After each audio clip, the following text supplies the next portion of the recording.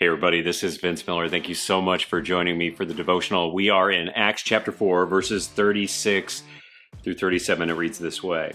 Thus Joseph, who was also called by the apostles Barnabas, which means son of encouragement, a Levite, a native of Cyprus, sold a field that belonged to him and brought the money and laid it at the apostles' feet. So, this situation has an interesting nuance.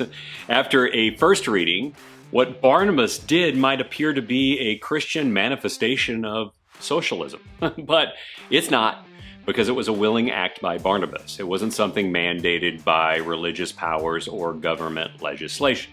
It's something he did of his own free will.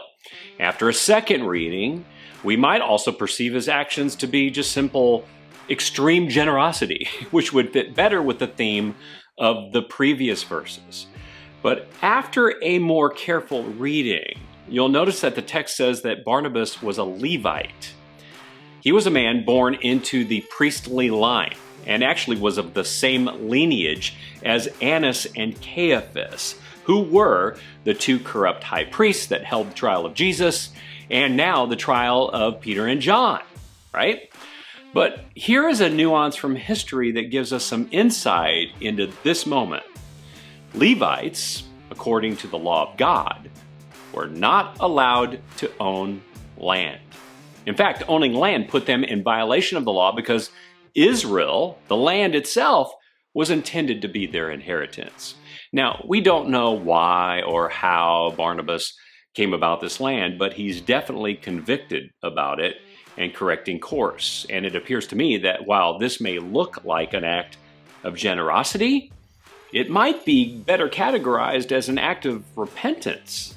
I wonder if Barnabas is trying to get some separation from the corruption in the priestly line and is addressing it by digging out the sin he has buried in the dirt.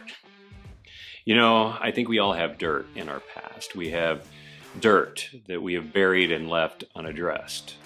What if today was the day to dig it up and give it back to God? I know this sounds a little daunting, but listen to this. I believe that this moment in history was the transformative moment in Barnabas's spiritual life. It was a moment he decided to go all in. And as a result, Barnabas became one of the great influential people in the life of a man who wrote most of the New Testament, Paul the Apostle. So how about you? Are you ready to go all in? Are you ready to give that dirt to God? Maybe today is the day to do that.